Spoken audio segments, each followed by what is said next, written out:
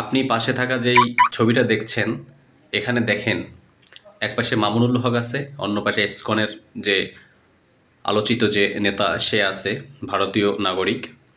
তাকে বাংলাদেশে গ্রেপ্তার হওয়ার পরে যে এই যে ডাবের পানি খাওয়াচ্ছে, এখান থেকে আপনি কি বুঝেন?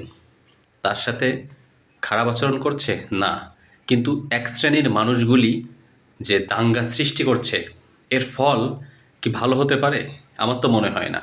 সবার জন্যই এ ধরনের দাঙ্গা ক্ষতিকর আমি মনে করি। মুসলমানের আদর্শ সম্পর্কে যাদের ধারণা নাই, তাদের অবশ্য হযরত মুহাম্মদ সাল্লাল্লাহু আলাইহি সাল্লামের আদর্শ সম্পর্কে ধারণা নেওয়া উচিত। কারণ পুরো গোটা মুসলিম বিশ্ব একমাত্র একজনের আদর্শই মানে, সে হলো হযরত মুহাম্মদ সাল্লাল্লাহু আলাইহি সাল্লাম। সর্বোত্তম আচরণ এবং সর্বোত্তম ব্যবহার হযরত মুহাম্মদ সাল্লাল্লাহু আলাইহি সাল্লাম করেছেন। এই জন্য পৃথিবীর ইতিহাস যদি আপনি দেখেন, এখনও পর্যন্ত হযরত মুহাম্মদ সাল্লাল্লাহু আলাইহি সাল্লাম হলেন পৃথিবীর শ্রেষ্ঠ মানব, সর্বোত্তম চরিত্রের মানুষ এবং কিয়ামত পর্যন্ত থাকবে। তার আদর্শ মুসলমানরাই পালন করে, এ ব্যাপারে আপনি অস্বীকার করতেই পারবেন না।